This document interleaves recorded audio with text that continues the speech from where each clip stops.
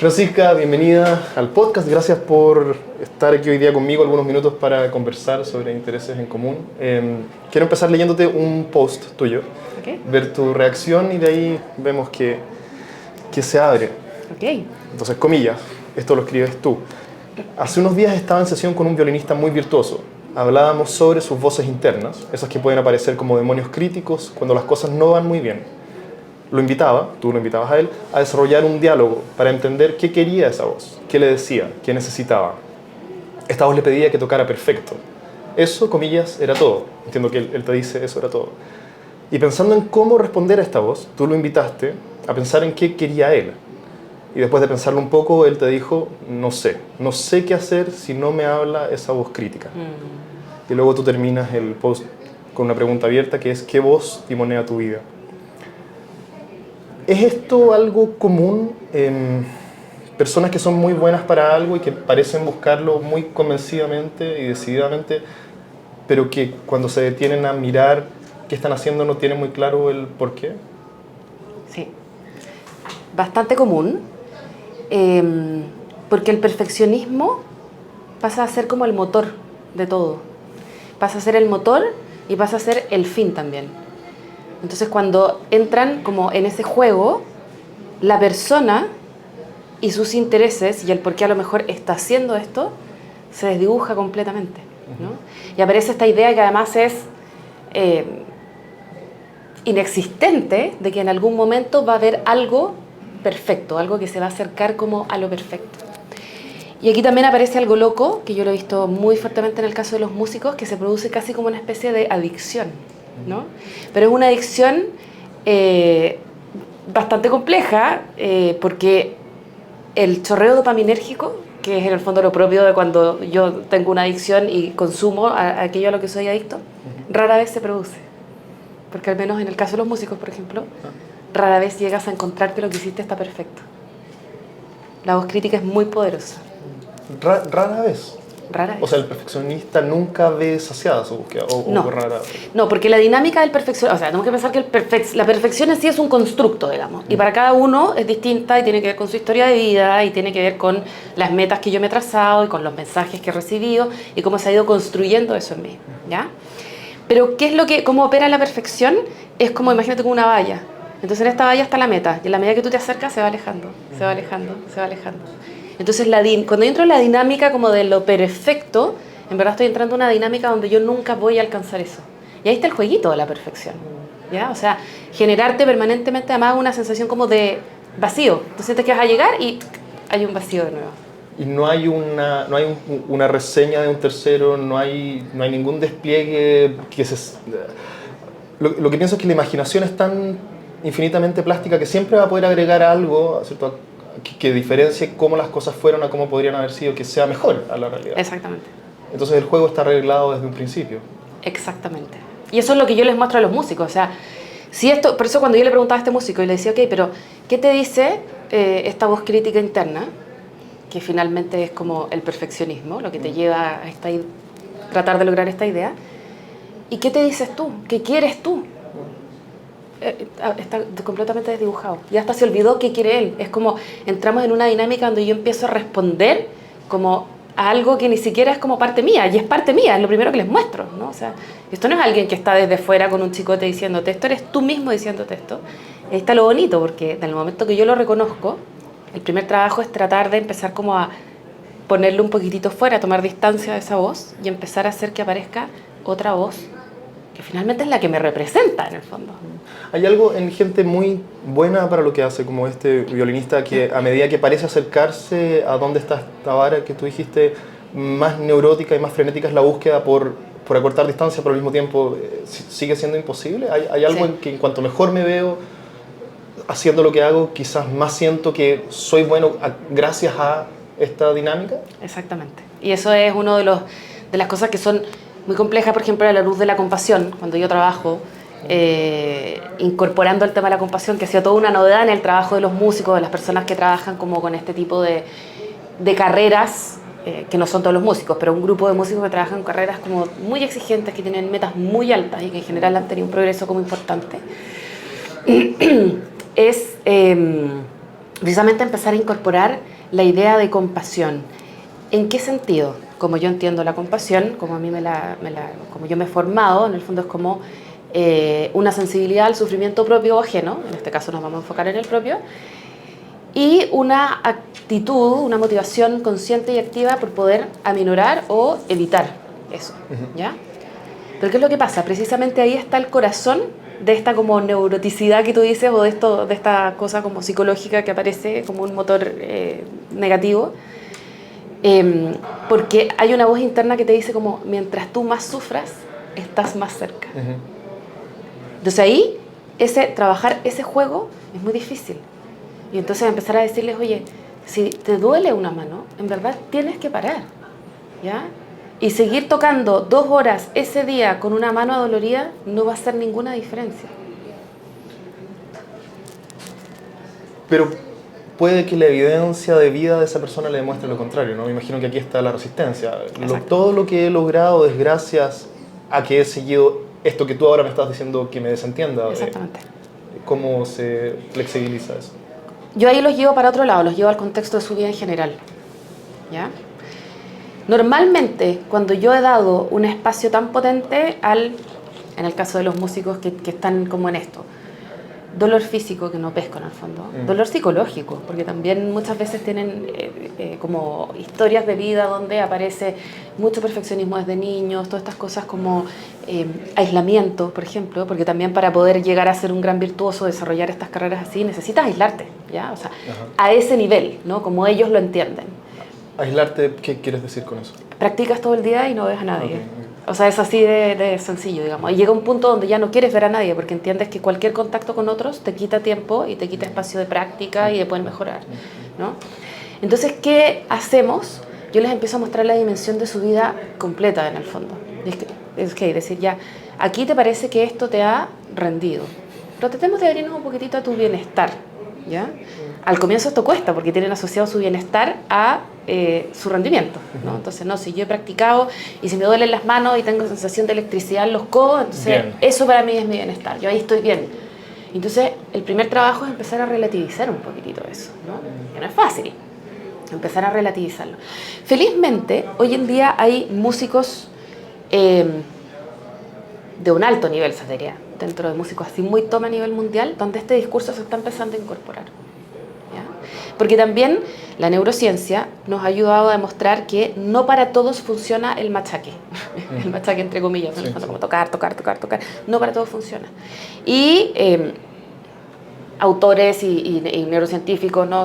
Que han empezado a meterse en el tema de cómo el desarrollo de otras actividades, el descanso, las prácticas contemplativas, el deporte, el ocio, favorecen, a diferencia de lo que se creía antes que eran como pérdidas de tiempo, hoy en día todo lo contrario, favorecen eso. El tema con estas personas es empezar a encontrar un equilibrio, porque muchos creen que es como que yo les vengo a decir así como no toques más, toca menos, no te sigas exigiendo. No, no tiene que ver con eso, tiene que ver que para cada uno hay un equilibrio. Y ahí en algún momento empiezan, algunos, no todos, pero se empieza a despertar como un gustito, ¿no? Ah, en verdad la semana pasada toqué 5 horas menos, 1 hora menos por día, y en esa hora pude jugar con mi hijo, echarme a ver tele, cocinar con calma, echarme a mirar el techo. Eso, yo estoy completamente de acuerdo contigo y creo que la evidencia es creciente a favor de lo que estás diciendo, pero aún así alguien te podría decir si es que este modo de tomar la vida un poco más integral es compatible con algunos de los logros humanos más grandes que hemos tenido. Por ejemplo, no sé si Michael Jordan hubiese sido Michael Jordan si hubiese tenido un año de terapia contigo, ¿cierto?, durante su adolescencia. O si Elon Musk hubiese, ¿cierto?, construido cohetes reutilizables, si hubiese dedicado más horas a pasar con sus hijos en lugar de trabajar no sé cuántas horas a la semana como una bestia. ¿Qué piensas sobre eso? Capaz que le hubiera ido mejor. Ajá, capaz, sí, puede siempre ser. Es una opción. Pero, más allá de eso, yo también creo que en esto hay que ser súper consciente que no estamos trabajando con los extremos, ¿ya? O sea, las personas que tú me muestras, estamos hablando de un genio del básquetbol, estamos hablando de un genio del, no sé, emprendimiento tecnológico, la creatividad, no sé. Yo esos extremos como que los corto. ¿ya? No me puedo abocar a eso porque esa es otra forma, o sea, esa gente que tiene una configuración cerebral distinta de la mayoría de las personas, ¿me entiendes? Y probablemente esa persona, incluso dentro de toda su genialidad, ha encontrado ciertas formas de equilibrio que les pueden venir bien y que los ayudan a ser más productivos, etc. Ahora, no desconozco mayormente como la vida personal de estos dos personajes que me estás planteando, conozco más como su trabajo, digamos, su obra, pero si te vas a analizar a otros casos como más o menos paralelos, uno después de años se encuentra como que aparece la verdadera historia. No estoy generalizando, pero sí en el caso de muchos, y tú dices, de verdad, están agentes con neurosis importantes, con niveles de maltrato hacia otros importantes, con rarezas, insisto, no estoy generalizando, pero en el caso de algunos. Pero en mi trabajo yo no apunto a esa gente. ¿Ya? Yo no apunto a esa gente. Sí, hay una entrevista famosa de Elon Musk que le preguntan le dicen, hay muchos jóvenes en el mundo que quieren ser como tú, ¿qué consejo les daría?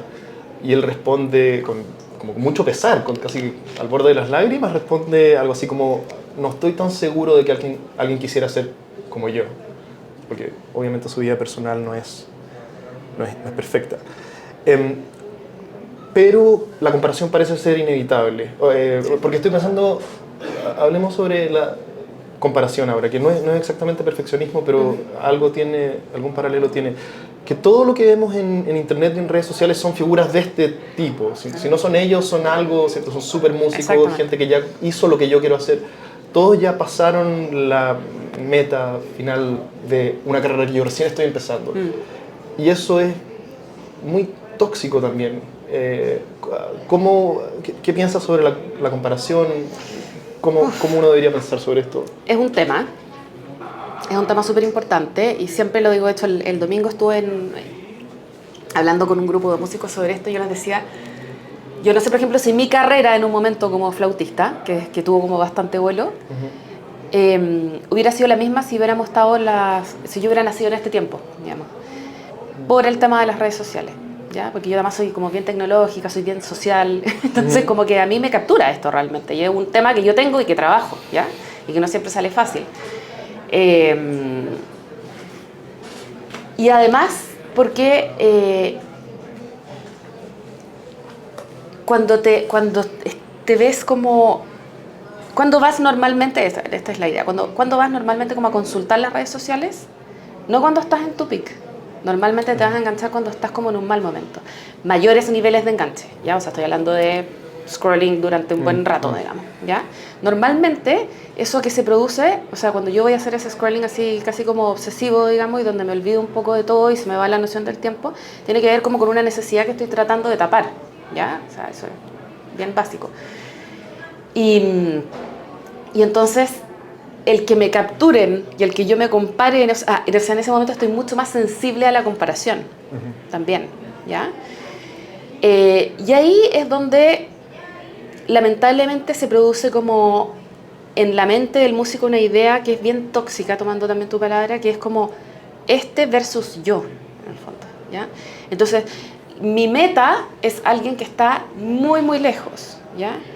Por ejemplo, yo me acuerdo, yo soy de La Serena, ¿ya?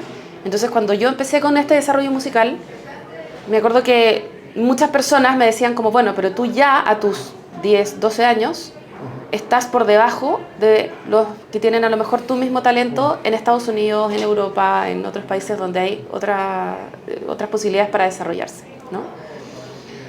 Pero imagínate que yo me hubiera quedado con eso. Eso hubiera sido como mi techo, ¿no?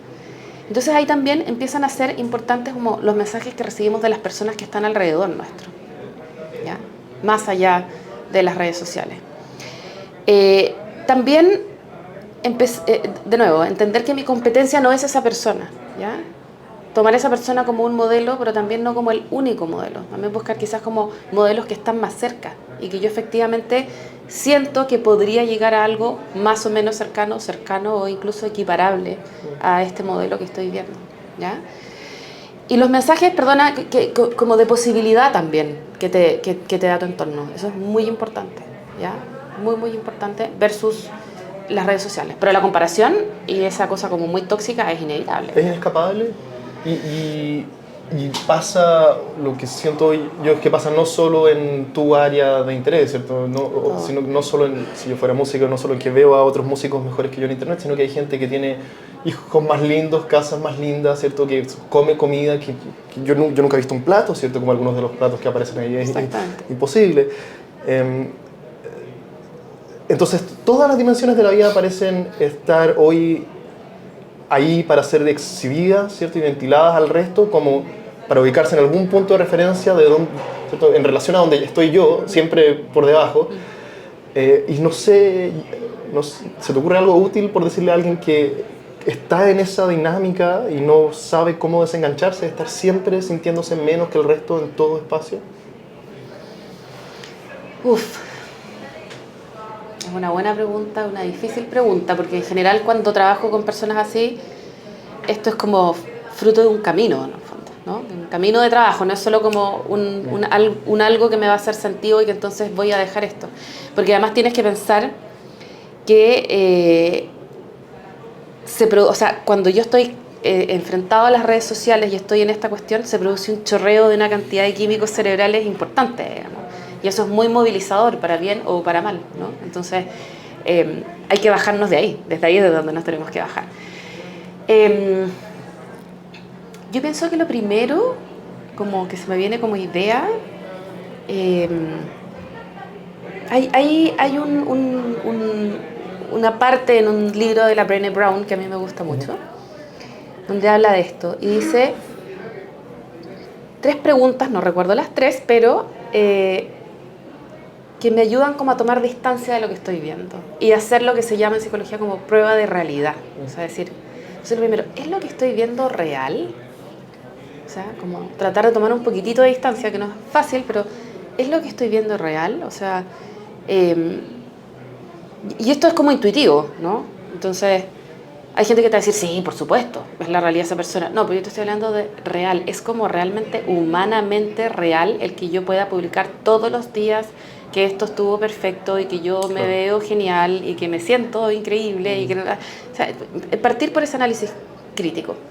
Y luego una segunda pregunta, no recuerdo la tercera, pero la segunda para mí era la más importante, que era, ¿quién se beneficia de que yo vea todo este perfeccionismo en las redes sociales? Claro. ¿Ya? O sea, el gran músico, que lo único que está mostrando es como sus super logros y todas sus, como los super, digamos, de alguna manera sin esa persona quererlo, también me está dañando en el fondo. Y lo que está haciendo es generar un gap importante. O sea, es como, yo soy bueno y todos los días te estoy reforzando que tú estás más lejos de mí. Esa persona no lo hace con ese fin, ¿ya? A veces, porque sí, en el caso de ella no hablaba, en el caso de la Brené Brown no hablaba de los músicos, pero decía, muchas veces esta gente está financiada por alguna compañía o por alguna marca o quiere posicionarse de una manera en que se pueda convertir en sí mismo en un producto o en un servicio, ¿no?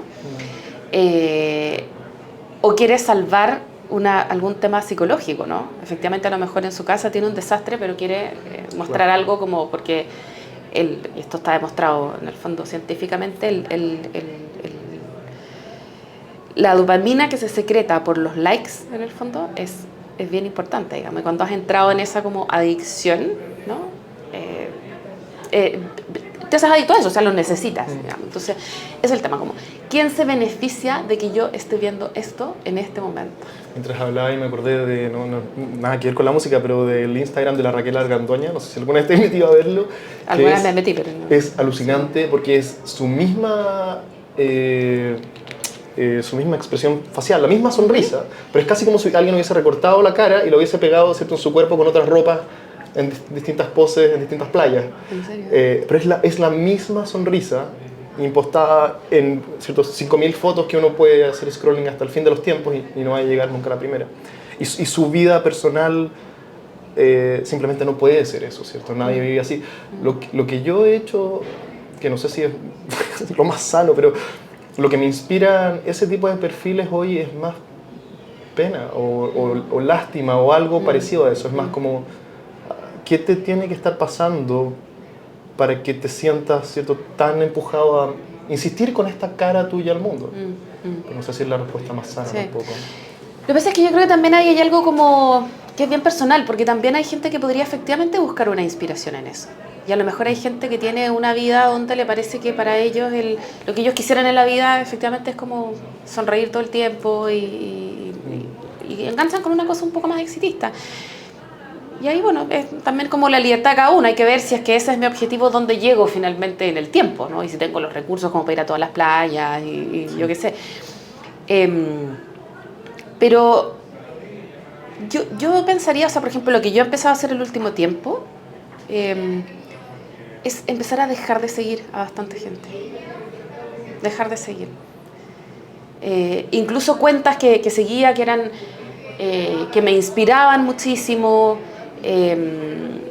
con las que tenía como una afinidad importante.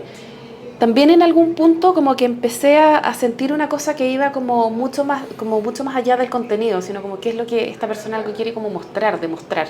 Y ahí como que para mí es un poquito como un punto de quiebre. Claro, hay que tener el radar bien calibrado, eso sí, para leer eso. Te quiero preguntar por cómo uno debería pensar respecto a sus metas, a diferencia del proceso para llegar a ellas. Quizás para planteártelo un poco más de orden, en relación a lo que estábamos hablando recién, uno siempre está en primera fila para su propio proceso, ¿cierto? Yo siempre veo todas mis carencias, las notas que fallo, ¿cierto? Los callos en mis dedos, si soy músico, y todo aquello que me sale mal, pero de otros solo veo el resultado final. Y eso hace que algo psicológicamente también distorsionado ocurre cuando todo lo que el mundo me presenta es su versión final, pero todo lo que veo propio está a medio camino, cojo, ¿cierto? ¿Cómo uno debería pensar en sus metas y procesos con eso presente? Sí, súper interesante esa pregunta. Se me vienen dos cosas a la cabeza, que no sé si van a responder exactamente a la pregunta, pero un par de ideas. Rick Hanson, que es alguien a quien yo admiro muchísimo, tiene una frase fantástica que dice que los seres humanos tenemos velcro para lo malo y teflón para lo bueno. ¿Ya? ¿Y esto a qué responde? O sea, si tú te vas hacia la evolución del hombre, digamos, hace millones de años atrás, responde a que necesitaba como ser mucho más alerta a lo malo, porque lo malo en el fondo era información que yo tenía que procesar respecto de mi sobrevivencia, literal, vida o muerte. Y esto quedó como muy instalado. El cerebro humano está diseñado para sobrevivir, no para ser feliz, ¿no? Esto como de ser feliz y todo esto. Por eso hace años que vienen corrientes desarrollando en el fondo, como favoreciendo toda esta zona, las prácticas contemplativas, etcétera, como precisamente para llevarnos hacia el camino como de la felicidad, de la plenitud, del bienestar, más que solo de la sobrevivencia. Y eso es tener que hacerle una jugada al cerebro que no es nada de fácil, la verdad, ¿ya? Pero efectivamente, esta cultura donde yo lo único que veo es el resultado final es bastante tóxica. Pero yo te voy a comentar algo que es interesante. En eso las redes sociales también me pueden ayudar, si es que yo las uso, si yo aprendo cómo usarlas, digamos. Existe hoy en día una violinista que se llama Hilary Hahn, que creó un desafío que se llama los 100 días de práctica, 100 Days of Practice. Y este desafío consiste en que tú publiques una parte de tu práctica diaria, no tiene que ser toda la práctica, porque además eso sería lo que hicimos, en las redes sociales, durante 100 días, ¿ya? Ella es una de las mejores violinistas del mundo en este momento. Desde mi punto de vista y desde el punto de vista de un grupo de personas. Habrán otros que no les guste, que les parece que el mejor o la mejor está en otro lugar. Yo también sé que hay una subjetividad increíble en quién es mejor y por qué es mejor, pero ella es como de las importantes, de las grandes, ¿ya? Y este proceso es súper interesante que ella hace, porque se graba también diciendo, hoy día no quiero practicar. ¿Sabes qué? Hoy día en vez de practicar, de verdad ayer practiqué mucho, entonces hoy día lo que voy a hacer es leer un libro.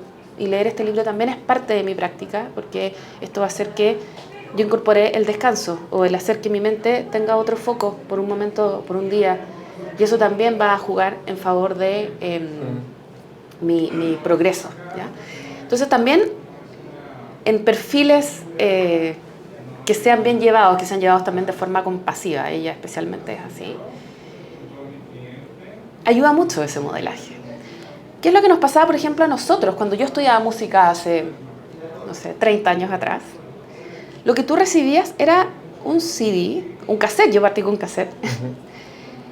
Y ahí sí que era duro el resultado final. Porque yo además no tenía idea cuál había sido el camino de esta persona.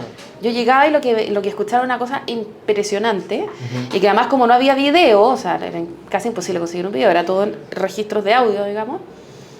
Registros de audio que también estaban muy como movidos, pichicateados, intervenidos, no todos, no siempre, no de manera grotesca, pero en muchos casos sí. Entonces, también muchas veces me comía un producto final que no era real, ¿no? O que no era tan real como todo lo que yo estaba como imaginando que era. Entonces, no, me parece que si tú quieres buscar inspiración en las redes sociales para que te acompañen en tu proceso, también lo puedes encontrar. Si tú te vas a ver a todos los súper y no tienes ningún interés o no ves qué es lo que pasa más como en su vida, bueno, ahí te estás engañando, ¿verdad? Sí. Te quiero preguntar por autocompasión, para que hablemos sobre eso un poco, pero se me ocurre una última referencia a redes sociales. Sorry por quedarnos tanto rato en esto. Dale, sí, es un tema. Yo también tengo este uso medio compulsivo. De hecho, mira, tengo un teléfono que no es un smartphone para no estar todo el día pegado, porque no puedo controlarme. Mira, pero una buena política, ¿sabes? Sí, bueno, tengo un smartphone sin chip. Hay una cultura, una tendencia en Internet de emprendedores, sobre todo, no sé si en músicos y en artistas también está presente esto, tanto, de gente que usa esta palabra grind en inglés, o triturarse, ¿cierto? Trabajar hasta no poder más. Y hay una figura clásica que es Gary V o Gary Vaynerchuk, muy millones y millones de seguidores. Y él ha dicho cosas como: si esperas el fin de semana, si tienes ganas de que sea fin de semana, es porque estás quebrado por dentro. Comillas, o sea, porque tu trabajo debería ser tu único motivador en la vida. Algo así es su filosofía. ¿Es esta una tendencia peligrosa? Y no es un fenómeno menor esto. Cientos de miles, si es que no millones de jóvenes que pretenden emprender y armarse un camino en la vida siguen a este tipo de personajes. No sé si has visto algo de esto primero y qué te pasa cuando... Muy poco, muy poco. O sea, me han aparecido de repente y he escuchado estas cuentas así como de hazte millonario y no sé qué y todo, sí. O sea, no necesito decirte que no me parece bien, pero no me parece bien de entrada porque siento que hay como una especie como de copy-paste y un cero cuestionamiento de qué quiero yo realmente en la vida. O sea, cuando yo digo en la vida lo que quiero es llegar a lograr y ganar plata y hacer no sé qué, yo te vuelvo a preguntar, ¿qué quieres en la vida? O sea, o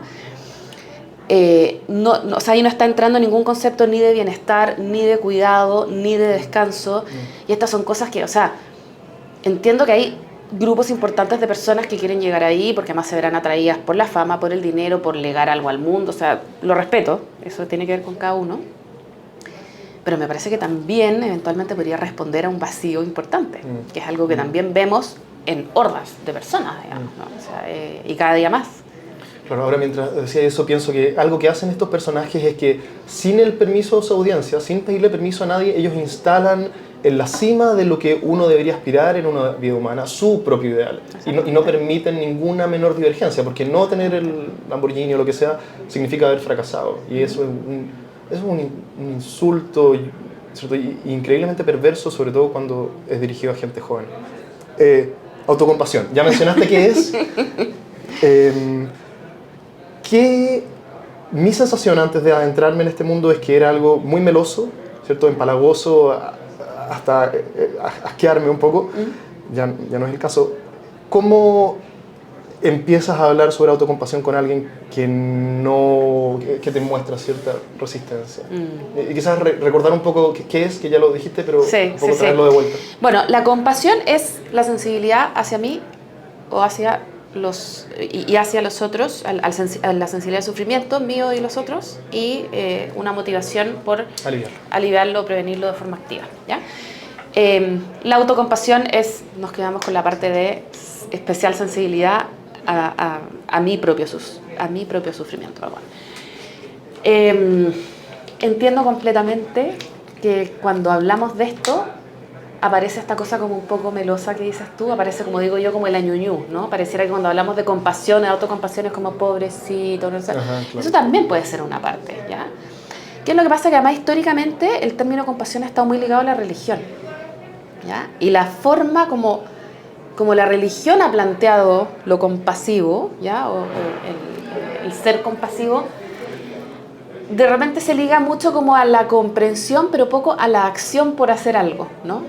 O a la acción por hacer algo donde yo además al otro lo ayude a que entre en un círculo virtuoso. Por ejemplo, la limosna es una muy buena, o sea, puede ser un muy buen aporte y algo extremadamente necesario para una persona en un momento. Pero si yo me quedo solo en la limosna, ya sabemos dónde va esto, ¿no? Y entonces hay una imagen un poquitito ligada a eso.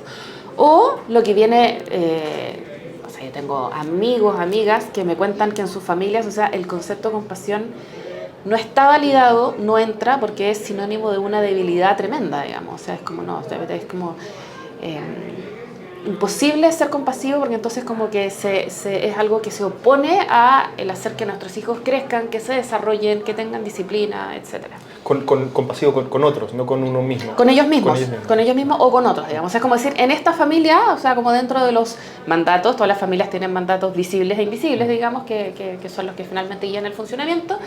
La compasión no es algo que esté permitido, digamos. ¿Cómo se ve tangible? ¿Alguien autocompasivo, cómo se trata? ¿Qué hace que no haría de no ser autocompasivo? Lo práctico, concreto, tangible, sí. ¿Qué hay de diferente? Mira, yo no he conocido como figuras de personas que sean como muy desarrollado en esto, porque exacto, es como un trabajo de vida. Pero te voy a poner, por ejemplo, algo que yo hago con mis pacientes específicamente. Hay un ejercicio de una psicóloga que se llama Tara Brach, que se llama el RAIN de la autocompasión, ¿ya? Que es reconocer, aceptar, investigar y nutrir. Y esta herramienta, que suena muy simple y uno con un poquitito de dedicación logra sacarla adelante, no es tan compleja, pero lo que es complejo es determinarse a hacerlo, ¿ya? Ese es el tema. O sea, es como ya, nos vamos a tomar un momento. Entonces, ¿qué es lo que pasa primero? Hay una situación que me genera sufrimiento, ¿ya? Entonces yo reconozco, ¿ya? Reconocer es como ir a mirar con el juicio suspendido qué es lo que pasó. Es ir netamente a ver, ¿qué es lo que pasó? ¿Ya? ¿Qué es lo que pasó en esta situación? ¿Qué me pasó a mí en esta situación? ¿Cómo llegamos a casa? Primero, información. ¿Qué es lo que pasa cuando yo reconozco y empiezo a poner información? Trato de ir a fuentes que son lo más cercano a la realidad. No siempre es fácil esto, digamos, pero lo más cercano a la realidad. Porque la mente fantasea mucho. Y en personalidades, por ejemplo, o en personas donde hay un sesgo negativo hacia sí mismo, un crítico interno exagerado, etcétera, o desbocado, esta primera, como reconocer, va a ser inmediatamente con todo el juicio dirigido hacia mí, ¿no? Como todos los dardos vienen hacia acá. Entonces, primero, tomemos un poco de distancia. Reconozco qué fue lo que pasó. Ya, ok. Y luego, puede ser un proceso largo, digamos, y luego nos vamos al aceptar, ¿ya? Entonces, el aceptar, de nuevo, tenemos el juicio suspendido. O sea, como, ok, reconocemos que esto fue lo que pasó y lo aceptamos. No, pero estamos en aceptar. Esto es para situaciones que ya ocurrieron. Exactamente. Y también yo te diría que puede ser como en personas muy ansiosas, como adelantándose a situaciones que podrían venir o previendo ciertas cosas, digamos. Aceptar. Y acá yo siempre pongo el ejemplo de la lluvia, que si yo estoy en la calle y de repente se pone a llover, hay una imagen de esto, puedo decir, chuta, ando sin paraguas, qué lata, me carga la lluvia, lluvia en esta época, mata pajaritos, me voy a resfriar, ¿no? ¿Ya? O puede llover y yo decir, está lloviendo, ¿sí? Está lloviendo. Esa es como la actitud que... No es fácil, porque siempre aparece el, pero no debería ser, pero pucha, pero aparece el juicio, ¿no? El juicio en eso es como lo tenemos muy incorporado todos, ¿no? Justo la del auto ayer. ¿Qué cosa? Justo la del auto ayer. Justo la del auto ayer, exactamente, sí. Exactamente, ¿no? Entonces es como, ok, pero ya esto ya está siendo, ya es, ¿no? O sea, lo acepto. Una vez que lo he aceptado, ahí paso a investigar. Ok, voy a ver un poco, ¿qué pasó antes? ¿Qué pasó después? ¿Qué pasó conmigo? ¿En qué estaba pensando? ¿Cuáles eran las condiciones de la situación? ¿Con quiénes estaba interactuando? Y ojo, que esto que aparecen como 1.000.000 de preguntas, cuando tú lo trabajas con alguien en una situación, empiezan a aparecer inmediatamente, ¿ya? Y aparecen otras preguntas y muchas de las que yo he dicho no aparecen porque no vienen al caso, ¿ya? ¿Cuál fue el gatillo? ¿En qué otro momento en la vida me ha pasado esto? ¿Por qué siempre con esta persona tiendo a engancharme de esta manera, por ejemplo? Entonces, esa es la I de investigación.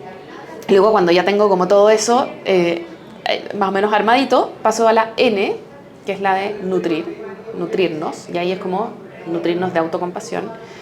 Y primero entender que esto ya fue, ¿no? O sea, esto ya fue. Tratar de alimentar la fantasía o la ansiedad como de que ganas que no hubiera sido, de que pucha, si yo hubiera hecho esto distinto, esto ya fue, ¿no? Entonces eso también es compasivo en el fondo, porque si no yo sigo enganchado en el sufrimiento de que esto lo podría haber evitado que en el pasado, ¿no? Entender que somos seres humanos y nos equivocamos, por ejemplo, algo tan sencillo como eso, pero de verdad tratar de encarnarlo cada vez más, ¿ya? Otras cosas sencillas, como por ejemplo, que a mí me gusta mucho el ejercicio de la leve sonrisa, ¿ya? O sea, una leve sonrisa, cuando después que has hecho esto, con todo el sufrimiento que pudo haber acarreado, con todo lo enganchado que puedes estar, es como una leve sonrisa que te ayuda a de a poquitito ir sintonizando tu cerebro, como de otra manera. La leve sonrisa tiene un poder a nivel cerebral, digamos, importante, ¿ya? Ella empieza muchas de sus meditaciones así. Exactamente, sí. Exactamente. Y por otro lado, y aquí me voy como teoría polivagal, nervio vago, activación, como de todo eso que también está de moda y que está muy ligado al tema de la compasión y esto, los glimmers, que se llaman, en el fondo, que es como el contrario de un trigger, ¿no? Entonces el trigger es lo que te gatilla lo negativo y el glimmer es lo que te gatilla como lo positivo, ¿ya? Te ayuda. Entonces, por ejemplo, hacer grounding, salir a pisar el pasto, ir a comprarte tu chocolatito que te gusta, tratar de distraerte, pero de manera sana, en el fondo, no distraerse con adicciones, pero sí, okay, qué fuentes de distracción que han resultado ser para mí y que, buenas, digamos, y que me ayudan a salir un poco de esta cosa como tan autoculposa. Ver videos, como dice Gonzalo Brito, me encanta que dice los videos de perritos y de gatitos en Instagram, que también todo eso te ayuda como a lo que en psicología llamamos corregular, ¿no? O sea, me ayuda como a regular, a disminuir los niveles de cortisol, etc. Eso es autocompasivo. Entonces, solo para cerrar, yo he hecho este proceso como largo, ¿ya? En terapia de repente nos tomamos sesiones en hacer este RAIN en base a situaciones que son muy gruesas, ¿no? Pero cuando tú lo empiezas a tomar conciencia y empiezas como a hacer esto más de como operacionalizar un poco esto, sin deshumanizarlo, por supuesto, pero operacionalizarlo, empieza como a salir más fácil y empieza a ser un proceso, empieza a ser algo más conocido para ti, empieza a ser una forma de procesar la información para tu cerebro. Y el cerebro, que es muy plástico, empieza a aprender y a incorporar todo esto. Entonces, yo te estoy tomando una forma específica de practicar la autocompasión. Y tiene partes. ¿Y dónde está acá lo meloso y el añuñú y el nada? Puede ser también parte importante en la última parte, ¿ya? Especialmente. O cuando yo acepto y digo voy a suspender el juicio. Sí, en ese momento. La última parte es nutrir. Nutrir, exactamente. Puede ser importante, el cariñito, el añuñú, y de repente efectivamente lo que necesitamos es alguien que nos diga una palabra cálida y a lo mejor en una situación donde efectivamente sabemos que nos equivocamos o que no estuvo bien o que no sé qué, igualmente me puedo brindar una palabra cálida, algo como por último, una broma. De repente hay gente maravillosa que viene y te dice como con un tono así como realmente reforzándote que te equivocaste así, pero con una forma de humor y que está buscando no achacarte, sino como achacarte pero con una sonrisa, con una carcajada y como con un ya, vamos a ver cómo seguimos en esto, ¿no? Sí. Nos quedan 5 minutos. Okay. Y no sé si te quería preguntar una pregunta que da para más de 5 minutos, pero te lo voy a hacer igual y veamos cuánto logramos cubrir. Te escuchaba hablar en el podcast de Cristóbal Carrasco, si Cristóbal nos está escuchando, un abrazo, sobre la importancia de separar quién somos, nuestra identidad, de aquello que hacemos. ¿Podrías hablar un par de minutos sobre eso? Sí. ¿Cuál es el peligro de confundir ambas cosas y de fusionarlas en lo mismo? ¿Y por qué deberíamos desagregarlas y entenderlas separadas? Sí. Lo que pasa es que en la sociedad del hacer, desde que nacemos, lo que hacemos pasa a ocupar una parte súper importante de nuestra vida. Y no lo que hacemos es, si yo salgo a andar en bicicleta, que como, que eso también es hacer, digamos, ¿no? Que como practico el ocio, sino que precisamente qué hago que es productivo, ¿no? Si tú te imaginas en el fondo como lo que es la identidad de cada uno, el hacer ocupa una parte. A lo mejor ocupa una parte súper importante para algunas personas, ¿ya? Pero es una parte. En personas y especialmente que, por ejemplo, yo en el caso de los músicos lo veo todo el tiempo, o en el caso de personas workaholics o personas que tienen así como metas, por ejemplo puede ser en el caso de los emprendedores, ¿no? Esto pasa a ocupar como casi enteramente su vida, ¿no? Entonces, se produce una precarización de una serie de áreas, eventualmente, ya se produce una pérdida de equilibrio, para yo poder llegar a que, o sea, cuando eso llega a ese punto, yo he tenido que hacer un camino donde mi bienestar y a lo mejor el bienestar de otros cercanos a mí se ha desdibujado un poquitito. Pero el gran peligro es el siguiente, que si falla el hacer, como yo estoy tan identificado con esto, siento que es una falla mía.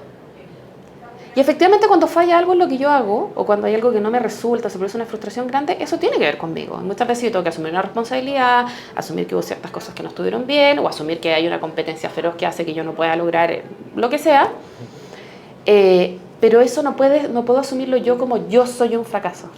El tema es que hay muchos músicos y personas especialmente que están como relacionándose como al filo del tema del éxito permanentemente, ¿no? Como de logro, competencia, comparación, éxito, etcétera, donde estas situaciones que de repente no son tan exitosas del hacer, o que definitivamente son fracasos, están completamente fusionadas con la propia identidad. Entonces esa persona se vive a sí mismo o a sí misma como un fracasado y se tiñe todas las áreas de su vida. Cuando yo hago un trabajo donde me desarrollo y doy a entender a otros, en el fondo, que esto es una parte importante, pero una parte, si es que se produce cualquier cosa, entra en peligro esto, o puede haber un fracaso, una desilusión, una decepción, no se me cae todo el sistema. ¿Cómo se hace ese trabajo? ¿O cómo se empieza? ¿Qué es lo más pequeño, lo más fácil que alguien se puede llevar para casa como aprendizaje, le dirías? Que no requiera ir a terapia. Yo creo que tiene que ver primero como tiene que ver como con mensajes, fíjate, ¿eh? Con darse mensajes a uno mismo respecto de ir tomando esa distancia. ¿Mensajes, ¿no? ¿Cómo? Mensajes como... es que estos van a sonar todos como de libro de autoayuda y no es la idea, porque nada más lejano. Porque es muy difícil. Pero ¿no? es muy difícil. Quizás es muy difícil. Que mujeres. Sí, no, porque hoy en día como con todo el tema como del empoderamiento femenino se ha producido ahí como una distorsión, digamos, y no quisiera meterme ahí porque puedo ser muy como, o sea, podría no tomarse bien lo que digo. Todavía no ha a nadie aquí. Ya, pero fíjate que yo estoy apuntando, voy a hablar del caso de los músicos, que es donde yo trabajo principalmente esto. Yo estoy apuntando a la crianza de los músicos. A los mensajes que reciben en su periodo de crianza, que para mí es desde que el músico toma su instrumento hasta que ya está más o menos maduro para desarrollar su toque con cierta autonomía. ¿Tú trabajas con los músicos niños jóvenes? No, trabajo con los que van a ser, los que son maestros ahora o van a ser maestros en el futuro. O sea, ahí está puesto mi foco. Desde ahí desarrollar esa mirada compasiva. Hay una serie de mensajes que hemos adoptado, existen, igual que en las familias hay un linaje, en las familias musicales, digamos, como la cátedra de tal profesor viene como un linaje que responde a la de este profesor, que vino de Europa, que hizo no sé qué, no sé, como... Y hay ciertos mensajes que se van transmitiendo. Entonces yo estoy, y en conjunto con otras personas, como tratando de hacer la pega de ir cambiando esos mensajes. Igual que en una familia, cuando tú quieres cambiar ciertas cosas y todo, primero identificas y en algún momento se produce un tema donde tú dices, yo esto no se lo quiero transmitir a mi hijo, a mis hijos, a mis hijas, ¿ya? Del punto de vista, en lo de la música, yo pensaría un poco lo mismo, y es lo que yo transmito. O sea, ¿qué mensajes les estamos dando a esos músicos desde su tierna infancia musical para que ellos entiendan que su ser no está enteramente compuesto por su hacer? ¿Y cuál sería un mensaje tipo? ¿Es una frase que uno integra como mantra o es el trato? Es que pueden haber, pero también tiene que ver con el trato fundamentalmente, te diría yo. Tiene que ver con el trato, tiene que ver con el modelaje. O sea, y también es tan potente el modelaje, ¿no? Si mi profesor yo veo que lo único que hace es tocar, y que si resulta que no gana un puesto en una orquesta, pidió una licencia de un mes porque está deshecho y pasan... Son dos cosas que pueden pasar. Aún yo habiendo hecho este trabajo y todo, pueden haber situaciones que son extremadamente complejas y difíciles de asumir. Pero también te voy a poner un caso concreto. Yo tengo una maestra en Argentina, Betty Plana, que si alguna vez también la saludo si es que alguna vez escuchaste esta conversación. Y la Betty está casada con el Polo Martí, que es guitarrista. Los dos son tremendos músicos y tremendas personas. Sumamente exigentes, ¿no? Sumamente exigentes como en un buen sentido. Han armado una cátedra de gente, 2 cátedras de personas muy competentes que les ha ido muy bien. Pero ellos asignan un peso al factor humano que es súper importante. Y no solo lo dicen, sino que también lo modelan, ¿ya? Ellos con su vida como que encarnan un equilibrio con sus familias, con su forma de ser, con las ideas que ellos quieren llevar adelante en la vida, que muchas veces o no tienen directa relación o se desmarcan literalmente de lo que es el tema musical. Y en eso han creado, yo diría, como una forma de hacer cátedra que es bien bonita, la verdad. Bien bonita, y yo, desde mi punto de vista, bastante sana, me parece. ¿Te puedo insistir un poco más con lo mismo? Alguien que no es un niño ni joven, sino que un adulto ya formado, que a pesar de que tiene dimensiones de su vida que si las mira objetivamente son medianamente satisfactorias, ¿cierto? Que si yo tengo buenos amigos, mi familia me quiere y tengo relaciones más o menos sanas dentro de... Pero en lo laboral me siento un fracaso, y eso parece cubrir con mucha más fuerza lo que sea positivo que rescate en las otras partes de mi vida.